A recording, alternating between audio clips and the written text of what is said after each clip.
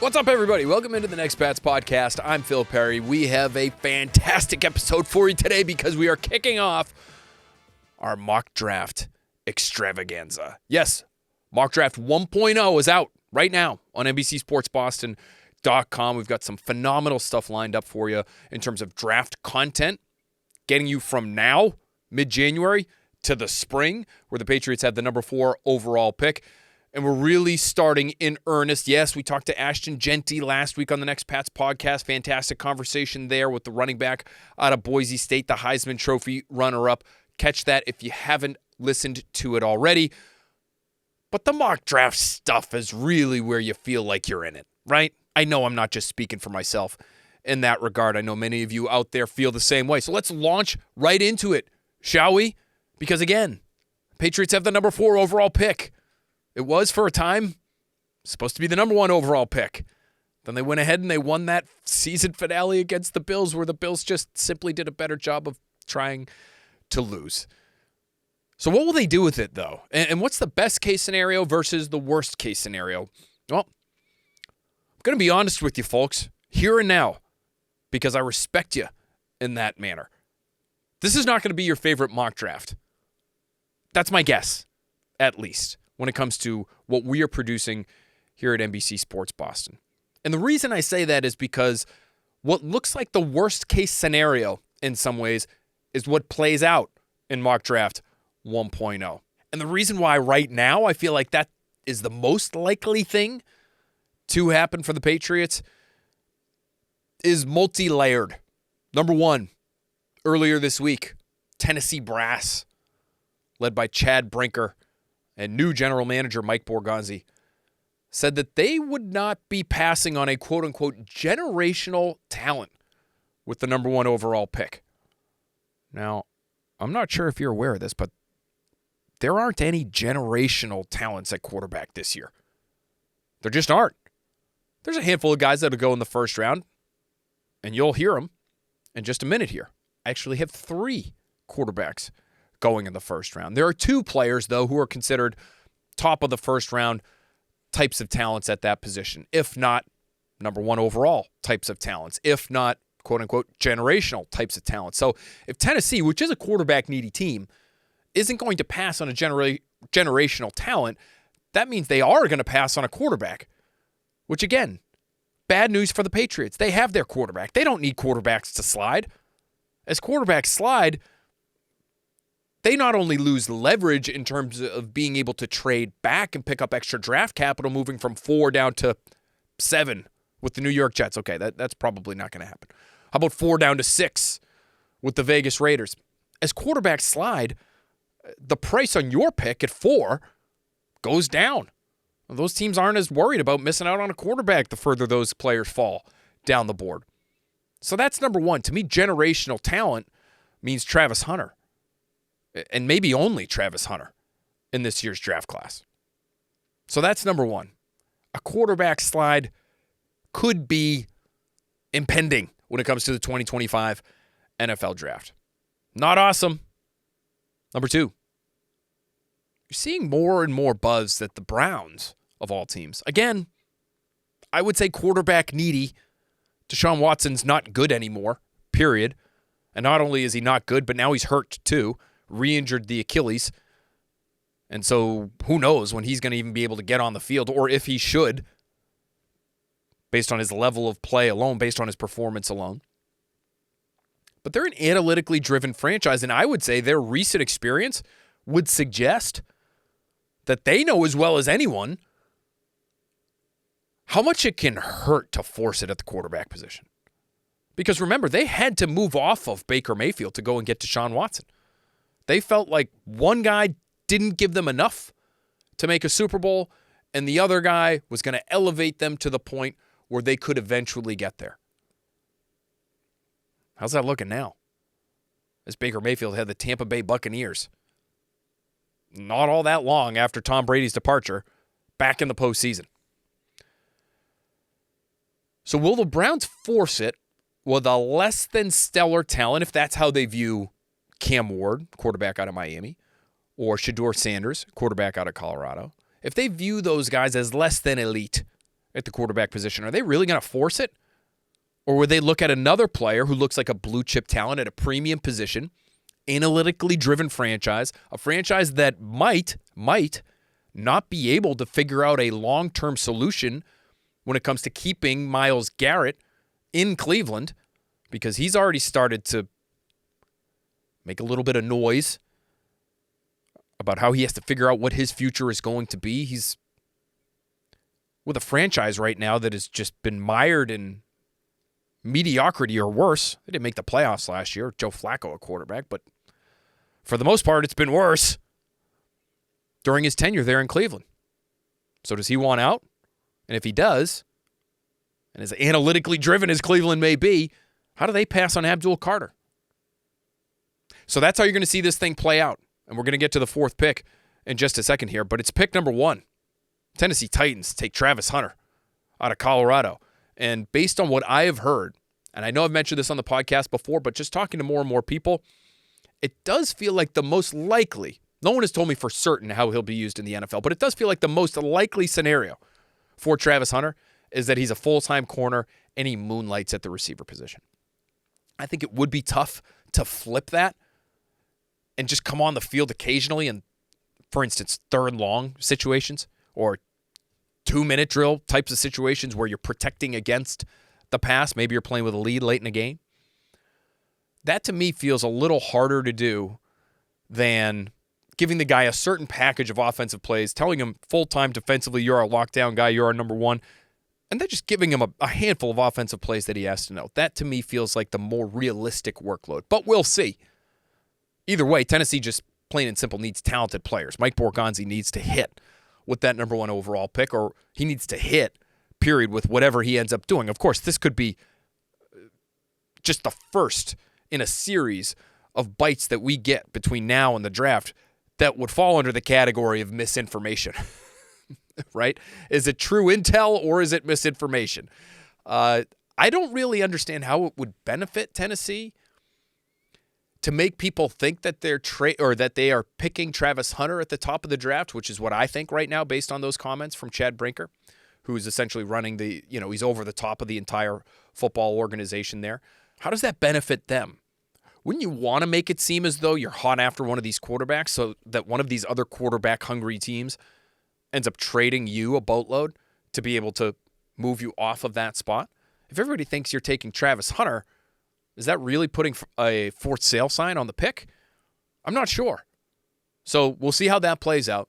Could be misinformation, but I'm going to have Travis Hunter going to the Titans at pick number 1. Pick number 2, the Browns are taking Abdul Carter, the pass rusher out of Penn State. Again, worst case scenario for the Patriots.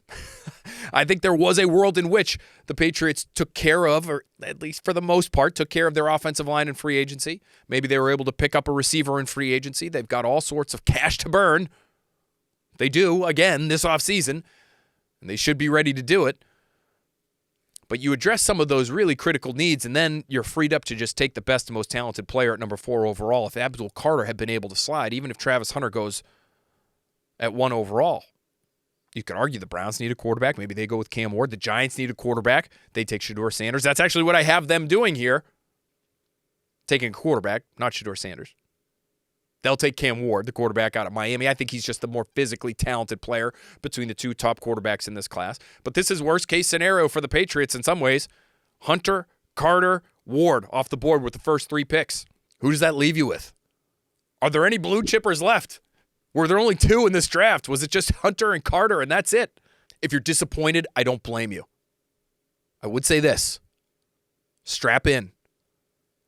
Because the disappointment might only become more severe in the next 10 seconds when I tell you that the Patriots can't trade out of that number 4 overall pick, unfortunately for them. They would love to in this scenario. Love to. Shedeur Sanders still sitting there on the board. Maybe you can get one of these quarterback-hungry teams. Maybe it's the Saints from number 9. Again, Jets, less likely. Maybe it's the Raiders who are sitting there saying, we just got to have him. We have to. Vegas, Sanders, Dion will be coming up for the games.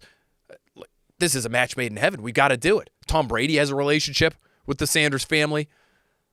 I can recall Shedeur working out with Tom Brady as a high school quarterback, I believe, and getting him to dial in his game. And so you don't think Tom Brady would like a pocket passer like Shedeur Sanders, somebody who doesn't have the biggest and best tools when it comes to arm strength or athleticism? I'm sure Brady sees some of himself in Shedeur Sanders in terms of their styles of play. So maybe they feel like they have to go and do it, and maybe they are willing to go and move up for number 4. But in this scenario, the Patriots aren't able to do that. People just aren't banging down their door for Shedeur Sanders because he's, unfortunately for them, not a generational talent. Not only is he not generational, but he's not a top 5 probably in most drafts kind of talent. And so they just stick and pick here. The question is, where do you go? Because you could go with a receiver. You could go with Tet McMillan, big body, contested catch guy out of Arizona. He's drawn a lot of Mike Evans types of comps. You could use him outside the numbers, down the field. Is he necessarily going to light up the stopwatch at the combine in Indy? Is he going to run a 4.4? That I don't know. We'll see. Great body control, though. Great hands. Somebody that you certainly could see as being an effective red zone option. A security blanket of sorts for Drake Maye. A lot of reasons to like Tet McMillan, for sure. Or do you eat your vegetables? Do you stray from the sexy option? And do you ignore the flashy object sitting there at the receiver position in a draft that is not loaded with high-end receiver talent, unfortunately for the Patriots? And do you eat your vegetables and go with an offensive lineman? If you do, which offensive lineman are you really going to consider? And let's say, for the sake of argument here, they weren't able to address both tackle spots. Say that left tackle spot is still a gaping need. And yeah, it might be nice to go after an interior defensive lineman. You know, I've seen people say, hey, you're talking about not many blue chip players in this year's draft. Mason Graham from Michigan, you should watch that guy. He's a good player. Mason Graham's a good player. Good interior defensive lineman in a draft class that seems to be loaded with good interior defensive linemen. And you're going to hear a bunch of the names that I have at that position that are in this year's first round, at least according to this mock draft. But with that gaping need at left tackle, I'm sorry. If you have Christian Barmore and Devon Godchaux already on the roster, going and getting Mason Graham to play in the interior defensive line, and I get it, there's questions with both of those names. Barmore, is he back next year? How does the blood clot situation resolve itself? Devon Godchaux, is he somebody they want around for the long haul? You know, I think if you're Mike Vrabel, you got to really look at this roster closely, and especially some of the higher paid veteran types, and wonder if they're cornerstone pieces for you and for what you want and your culture moving forward. So, hey, maybe Mason Graham, maybe you address both tackle spots and you get T. Higgins, and you're playing the board, you're playing the game. You're doing anything and everything that you can to adhere as closely as you can to the grades on your board. And maybe Mason Graham's at the top of the list after Abdul Carter and Travis Hunter are already taken. And maybe there's a world in which they take that guy. This ain't that world. So you're looking at offensive linemen here. And your options are Will Campbell from LSU, Kelvin Banks from Texas. If you really want to get aggressive, it's Josh Simmons, the offensive tackle from Ohio State, who might have been the first tackle off the board had he been able to finish the season. He got hurt his knee in October.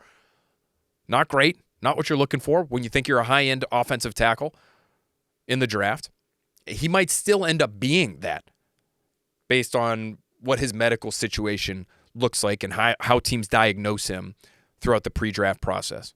But the guy who replaced him, Donovan Jackson, guard at Ohio State, who kicked out to left tackle, he had a damn good year. He was one of the reasons they were national champions at the end of the day. And so there's a versatile lineman who gives you high performance or potentially a high level of performance at two different positions. He's going to be a first-round pick in this mock as well. The player I have the Patriots taking, because they can't trade out and because you have to eat your vegetables and you have to take care of your young quarterback, not only in pass protection, but you have to give that kid a run game to be able to take some of the pressure off, take some of the load off of Drake Maye. And so the Patriots go offensive line and they take the guy that right now looks like the best offensive lineman in the draft, and that's Will Campbell out of LSU. 6'6", 323 pounds, all kinds of strength. both in the lower half and in his hands to be able to latch onto defensive linemen and control them. Fluid mover. I think he's going to end up testing out as a very good athlete. I don't know if he's going to be elite. Is he going to be 90th percentile in the broad jump and the short shuttle and all these different metrics that we're looking at when we do our prototypical Patriot series? And we will be doing that maybe a little bit differently this year because we're not quite sure. It's a little hazy as to what the prototype will be for the Patriots. But if they are at all adhering to this Packers system with Elliott Wolf as still, at least in title, the top guy in the Patriots front office, if they're adhering to those Packers-y kinds of standards, you'll remember from our build-up to the draft last year and our coverage there and the historic look that we took at all of the high-end tackles that were taken not only by Ron Wolf, but his protégés in the Packers organization, John Dorsey, who ran the Chiefs for a time, ran the Browns for a time with Elliott Wolf beneath him. They were looking for some length. Yes, on average, their arms were about 34 inches, which is going to be longer, in my opinion, than what Will Campbell ends up coming in at.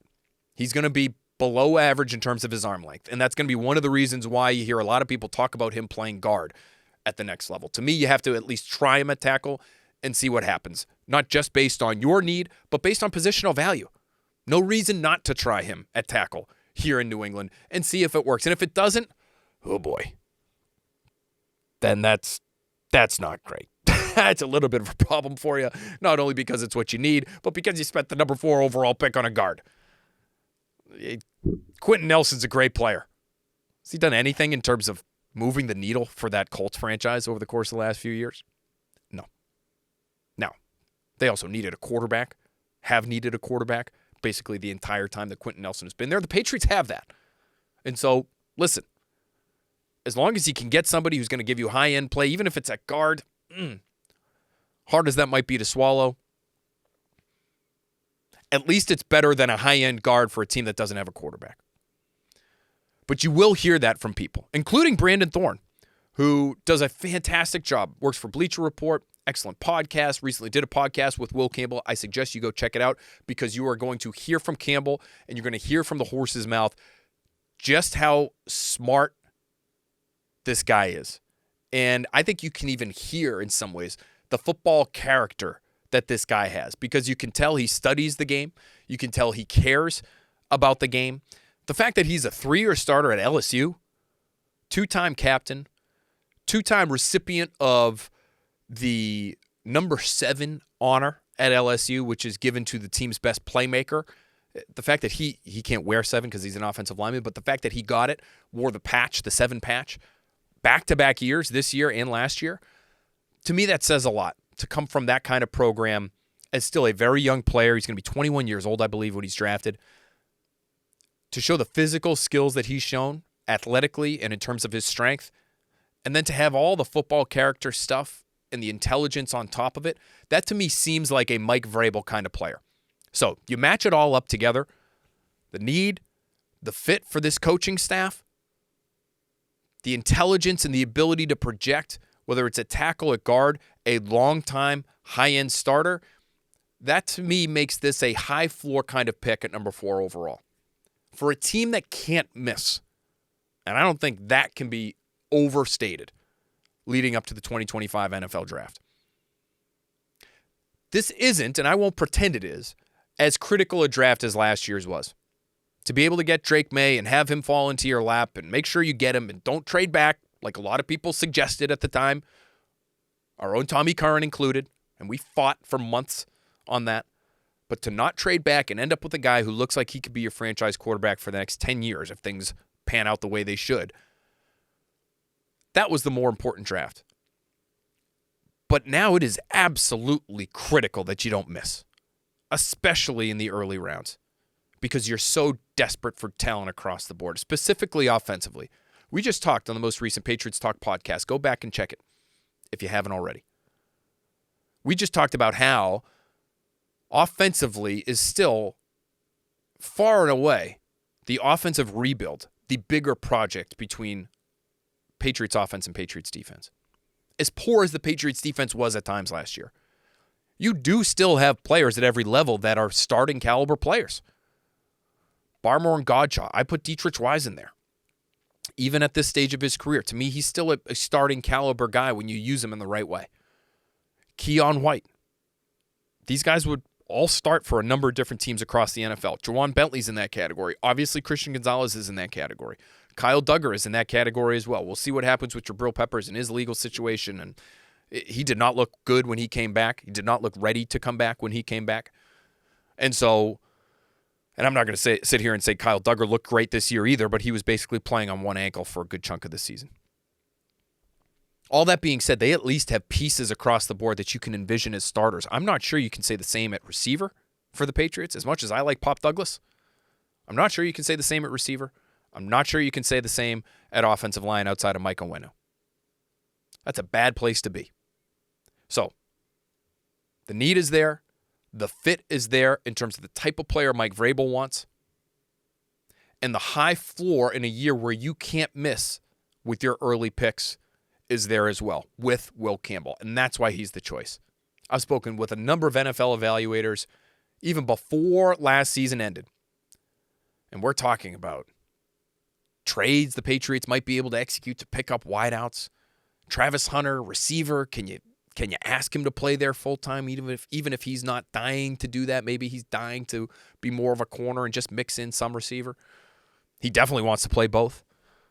But these are the conversations we're having, and I love the shiny new toy. I love the receiver position, period. I've been clamoring for them to get more talent there for years. But what NFL people will tell you is you can't do anything offensively until you figure out that offensive line. And if they can't figure it out at both left and right tackle, they need 2 tackles, starting caliber tackles. I'm not banking on Caden Wallace being one of those guys. I'm not banking on Vederian Lowe being one of those guys. And to me, the Patriots shouldn't either. So before you want to get that shiny new piece, before you want to find that next great receiver to pair with Drake Maye and watch these guys grow together, find him the next great tackle, and maybe 2. And maybe you should do that in free agency so that when you get to the draft, you don't even have to worry about it. I just don't know how realistic that is. You might be able to get 1 spot, but say you can't get Ronnie Stanley. Say you can't trade for Zach Tom, as we talked about on the last Next Pats podcast. If there's a trade target in mind, that guy feels like the type of player you might want to trade for. He's headed into a contract year. They actually have both their tackles going into contract years. Both drafted in 2022. And so do they want to give big money to both? Or is one of those guys going to end up on the block? As you're going to see here in the rest of our first-round mock, and we're going to fly through these picks after the Patriots because I know the Patriots pick is the one you care about, but there are going to be a number of tackles that come off the board in the first round. Even if they're not great, it's just there's need at that position. And I would even say for the Packers, even though they've got 2 good young ones, they might want to get a third just for insurance in case one of those guys departs via free agency or departs via trade because they don't think they can sign both. So the league is looking at this and saying the Patriots need to address the line. Mike Vrabel is looking at this, and we heard in his initial comments soon after becoming head coach of the Patriots about just how important it is that they get that offensive line right. You know Josh McDaniels is going to feel the same way as somebody who truly values the run game and somebody who wants to be versatile enough to be able to give the game whatever it needs and give his team whatever they need in order to win a given game in a given matchup. Zone running, gap running, duo, power, pin pull. Yeah, they'll occasionally spread it out depending on the weaponry they have. They'll go 2007 Patriots on you in given situations, and so they're going to need pass protectors too, guys that can handle themselves on an island, one-on-one situations. You put it all together, an offensive line is the play here. The question is, can you move down and still get one? Can you move from 4 to 7? Can you move from 4 to 10? Can you move from 4 to 15? Are you willing to do that, depending on what you get back in terms of compensation? And are you willing to take a Josh Simmons from Ohio State coming off a knee injury with all kinds of promise versus maybe a safer pick in a Will Campbell or a Kelvin Banks? Those are the questions that the Patriots need to address between now and the start of the draft. But that's your pick at number 4 overall. You're not going to love it, and I'm okay with that. And let me know how you feel about it in the comments if you're watching here on YouTube. Tell me who you would have taken at number 4 overall with the board available to you. Carter's off, Hunter's off, Cam Ward's off. After that, it's yours. I will say this. If you have trade proposals, fantastic. Give me the trade proposals too. Give me your trade charts. Whichever one you're using, Jimmy Johnson, something a little bit more updated, that's fine. Let me know what you would have tried to do. But just remember, in this scenario, there was no trade to be had. And so let's try to play it. Let's try to play it honest in that regard and who you would have taken and felt good about taking at number 4 overall, because I do think there's a chance the Patriots have to do that. I'm not sure there's going to be an overwhelming deal for them to take because people want Shedeur Sanders that badly. Maybe there will be. We'll see. If there is, great. And I'm sure we'll do another mock draft, maybe 2, maybe 3, maybe 11 more. Who's to say? And in one of those, we will have the Patriots trading back, and we'll figure that out from there. We'll cross that bridge when we get to it. But this was the pick for now. It's Will Campbell, number 4. Number 5, there goes your next blue chipper, Mason Graham, defensive tackle out of Michigan to the Jaguars. The Raiders do take Shedeur Sanders out of Colorado at number 6. At number 7, there goes Tet McMillan. So now you got to deal with him in the division. You passed on him at 4 overall. And boy, is he going to be pissed, and he's going to try to shove it right up your ass for the rest of his career. The Panthers, they end up taking Jalon Walker, front 7 guy, edge defender out of Georgia, all sorts of physical gifts. You could play him off the ball if you wanted to. Number 9, the Saints. Did they go quarterback here? They could. They could. I don't think they will, because I don't think there's anybody who really warrants being taken at that spot, but they need help in their pass game, it's safe to say. So I gave them Luther Burden III, the receiver out of Missouri. At number 10, there goes Josh Simmons to the Bears. Ben Johnson understands offensive line is one of the reasons why he had as much success as he did in Detroit. He gets his guy, assuming he's healthy, at number 10, filling that probably left tackle spot out of Ohio State. The 49ers, they go tackle as well. Trent Williams ain't going to play forever. It's a 6-win team. They got to build this thing back up through the trenches. And so they're going to take Kelvin Banks. There goes Banks. You were considering him at 4, perhaps? He slides all the way down to 11. The left tackle out of Texas does. At number 12, friend of the podcast, Ashton Genty, goes to his hometown team, the Dallas Cowboys. And he's going to make a lot of people think about Emmitt Smith along the way as he's breaking tackles left and right for Dallas. The Dolphins, they go with Malachi Starks, the safety out of Georgia. Sneaky, underrated free agent available this offseason, Javon Holland. Do-it-all sort of safety for the Dolphins. I think there's a chance there's going to be a big money deal out there for him somewhere that's not Miami. Remember, they've got a lot of money invested in Tyreek Hill, Jalen Waddle, Tua Tagovailoa. If there's a huge deal awaiting Holland elsewhere, Starks, to me, feels like a really good pick for the Dolphins at 13. 14, here's a slide of the night. When we're sitting at the desk here in Needham, Massachusetts, and we're talking about the first round, and yeah, we're gabbing about Will Campbell, and we're probably talking to his offensive line coach from LSU, and we're talking to all sorts of smart NFL people, and we're breaking that pick down. The secondary storyline will be, when is Will Johnson coming off the board? The corner out of Michigan, that guy looks like a top 5 pick, even with a season-ending injury in 2024 on his resume. And yet, he falls all the way to 14 here, and the Colts grab him. Colts, no. They need help across the board, certainly in the secondary. Fantastic pick there by then, again, assuming that Will Johnson is healthy. At number 15, another year, another grab for a pass rusher in Atlanta. Feels like every single year. I can't tell you how many mock drafts I've done where I have a edge defender going to the Atlanta Falcons. The same is true again this year. They take James Pierce, the freaky mover out of Tennessee. He might just be a pass rush specialist at this point in his career, but you're hoping he turns into more than that because the physical talents are so overwhelming there with Pierce. At 16, the Cardinals take Tyler Warren, the tight end out of Penn State. You pair him with Trey McBride. Is that a couple of tight ends who are just a little too light? Not quite enough sand in the pants for either one? Potentially. But they were uber productive with their multi-tight end sets. I remember going back and breaking down the numbers last year before the Patriots played the Cardinals. They love going heavy personnel. 2, 3 tight ends at times. If you can really upgrade with that number 2 tight end spot with a first-round talent here and Tyler Warren, while at the same time giving yourselves a little bit of flexibility, a little bit of insurance in case Trey McBride ends up hitting again, this is a guy who's going into a contract year. So ends up hitting free agency after the 2025 season, and he leaves. All right, tight end's a big part of your offense. You've got a fantastic athlete at the position in Penn State's Tyler Warren for the foreseeable future. At 17, the Bengals try to shore up their front by taking Michael Williams, edge defender, 6'5", 265, should be really solid on early downs, being able to stop the run, and maybe with a little bit more polish, he becomes a tremendous and fearsome pass rusher in his own right. The Seahawks, they're in what looks like a wide-open NFC West.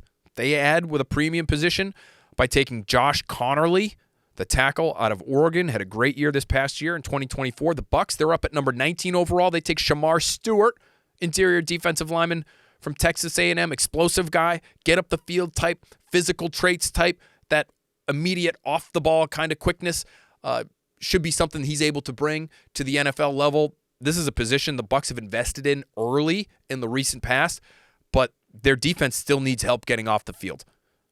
And he might be able to help them do that at a higher rate in 2025 and beyond. The Broncos, they're in build-around Bo Nix mode. At 20 overall, they take Emeka Egbuka, the wide receiver out of Ohio State. The Steelers followed that up by taking a corner to play opposite Joey Porter Jr., Benjamin Morrison, the corner out of Notre Dame. Again, a guy who finished the year hurt, a lot like Will Johnson, and so probably slides further than his talent would indicate he should have. But those injury situations, if you pounce on him and the guy ends up being healthy, you could end up with a pretty good player and a little bit of a steal for the Steelers themselves. The Chargers at 22, they take Derek Harmon out of Oregon. They were 27th this year in yards allowed per carry last year, so he should be able to help them when it comes to taking on multiple offensive linemen, allowing those linebackers at the second level to clean things up in the run game. Derek Harmon goes to L.A. to play for Jim Harbaugh. 23, the Packers, again, they go with a tackle. I just told you what their tackle situation was in terms of the contracts there. It's Armand Membu from Missouri. Maybe a guard, maybe a tackle. Either way, good enough athlete. A little bit of a nasty streak to him, which you have to like, and which the people in Green Bay would have to like as well. That's the pick at 23. 24, it's Tyler Booker, the offensive lineman, interior offensive lineman from Alabama. You just saw Sam Darnold just absolutely melt in the wild card round. They need offensive line help, whether Darnold is there or not behind center, and my guess is he will not. But J.J. McCarthy's going to need some protection, so Tyler Booker is the guy at 24. 25, another offensive lineman. It's that name again, Donovan Jackson, the guard who kicked out to tackle to replace Josh Simmons at Ohio State, had a great end of the year. One of the reasons why they're national champs. You think an offensive lineman who brings a lot of versatility to the table is something that old Patriots buddy Nick Caserio would appreciate? Yeah, I think so too. The Rams at 26 overall, they go with Colston Loveland, the tight end out of Michigan. And again, another offense in the NFC West. We're just talking about the Cardinals and their multiple tight end sets. Sean McVay has showed in the past, if he has two good ones, he'll use them both. And so you get Tyler Higbee there. They've had a couple of other names there. Hunter Long is one of them, BC guy. But if you really feel like you've got an opportunity to upgrade and maybe have an eventual replacement for Tyler Higbee, Loveland is a smart choice. He also could, I think, help you make up for what could be some serious lost production if Cooper Kupp doesn't end up sticking in L.A. for the long haul. So they take Loveland at 26. 27, Ariante Ursary, the tackle out of Minnesota. Big boy, 6'6", 330-ish pounds. Let's see what the true measurables are for him the closer we get to the draft. But you know what Baltimore wants along the offensive line. And if they so happen to lose Ronnie Stanley at left tackle in free agency, even if they don't, he's 31 years old, going with Ursary, the tackle out of Minnesota, makes a lot of sense for Baltimore. The Lions, this is one of the most controversial picks of the entire mock draft. The Lions are taking a quarterback here, everyone. Jalen Milroe, the quarterback out of Alabama. Supersize your skill set at that quarterback position. Unbelievable runner, unbelievable arm, doesn't always know where it's going.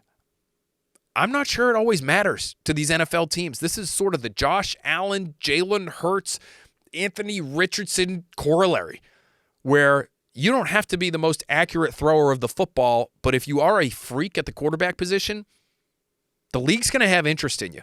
And even in the first round, I know Hurts slipped to the second, but he shouldn't have, clearly. Even if you don't think he's one of the best when it comes to that position in the NFL, he's clearly effective enough to get his team a long, long way. And it might be enough to go all the way this year. We will see. But don't you think Dan Campbell would absolutely love to just have a hammer at that position? To me, Jared Goff's not enough. If you can get a guy who can run it down your throat from the quarterback position and throw it a mile when you're hammering an opposing defense with your run game over and over and over again the way they want to do behind that great offensive line, so you're running the football till the cows come home, and then you're pulling it out from Jahmyr Gibbs' belly, for instance, and you're dropping back to pass, and you're finding Jamison Williams 45 yards down the field because Jalen Milroe can just flick his wrist and get it there in a heartbeat. That, to me, is a pretty exciting pick, and I think it fits with what they're trying to do there in Detroit. That roster is already really good. Really good. And you might be trying to say, hey, they want to win now. Why would they ever get rid of Goff? Well, because Goff's not enough to win right now. He just showed you that. So your best opportunity to capitalize on the rest of the stuff you have on that roster might be a quick upgrade at the quarterback position. Hendon Hooker, maybe he's that guy out of Tennessee, and he's been the backup, and he's been in the system, and he just, to me, he's not bringing the same level of skill set. He can run too now. Had a torn ACL when he came into the league, but was a great athlete at Tennessee. He's just not to the level of Milroe, who I think gives you a little extra juice at that position.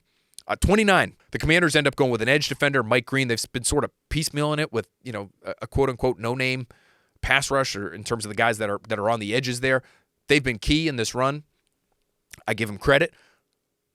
But I think you want to start adding real high-end talent there if you can, and I think Green has the opportunity to be able to do that potentially. Tyleik Williams, the defensive tackle out of Ohio State, goes to Buffalo. They're basically middle of the pack in terms of run D this year, yards per carry-wise. That's somebody who's going to eat up a lot of space and be able to help your run D out, again, for a really good roster that's going to be contending the next several years.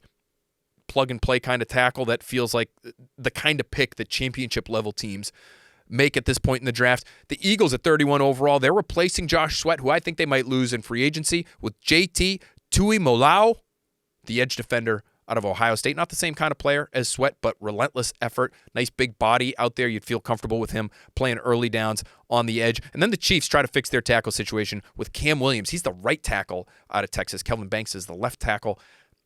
Bit of a project, potentially. Only a one-year starter at Texas, but all kinds of physical skills, and they really, truly need to fix that offensive line and fix that tackle spot especially.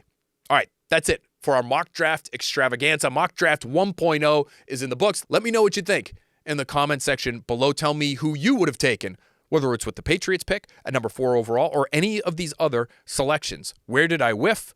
Who's not in the first round? Who really needs to be in the first round? This is a great time of year. We're getting familiar with all of these prospects, and we're only going to continue to dive deeper on every single one, specifically those Patriots options near the top of the draft. So stick with us here on the Next Pats podcast. We're going to have fantastic draft coverage for you coming up on next week's Next Pats. We'll talk to you then.